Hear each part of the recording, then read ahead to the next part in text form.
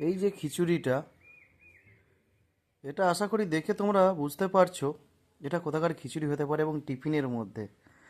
তাও সকালবেলায়। এখন ঘড়িতে বাজছে 10টা। অবশ্য ছোটোবেলায় খেয়েছি এই খিচুড়ি। হ্যাঁ। তবু মনে হয় যদি মাঝে মাঝে যদি একটু করে যদি পাই, তো খুব ভালো লাগবে কিন্তু খেতে। তো আজকে সত্যি পেয়েছি, অনেকটাই দিয়েছে আমাকে আজকে। আমি বলেছিলাম যে একটু দিও তো গো, খেয়ে দেখবো কত সুন্দর লাগে। হুম। হুম। স্মেলটা কিন্তু দেখো সেই একদম। খিচুড়িটা বড় কথা নয়, কিন্তু ছোটোবেলাকার সেই স্মৃতিগুলো মনে পড়ে যায়। সেই টিফিন নিয়ে যেতাম, সেই খিচুড়ি। হ্যাঁ। তো খেয়ে দেখি,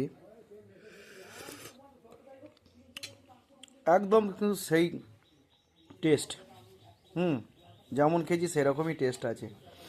যেখানেই যাই না কেন মাঝে মাঝে মনে হয় একটু সামান্য যদি একটা বাটিতে, ছোট বাটিতে এক বাটিও পাই, পেট ভরুক নাই ভরুক, মনটা কিন্তু ভরে যায়। জানি না আমার সঙ্গে সবাই একমত হবে কি না, কিন্তু পিছনের দিকে ফিরে দেখতে গেলে সেই দিনগুলো আজও মনে পড়ে। 90-এর দশকের ছেলে তো আমরা।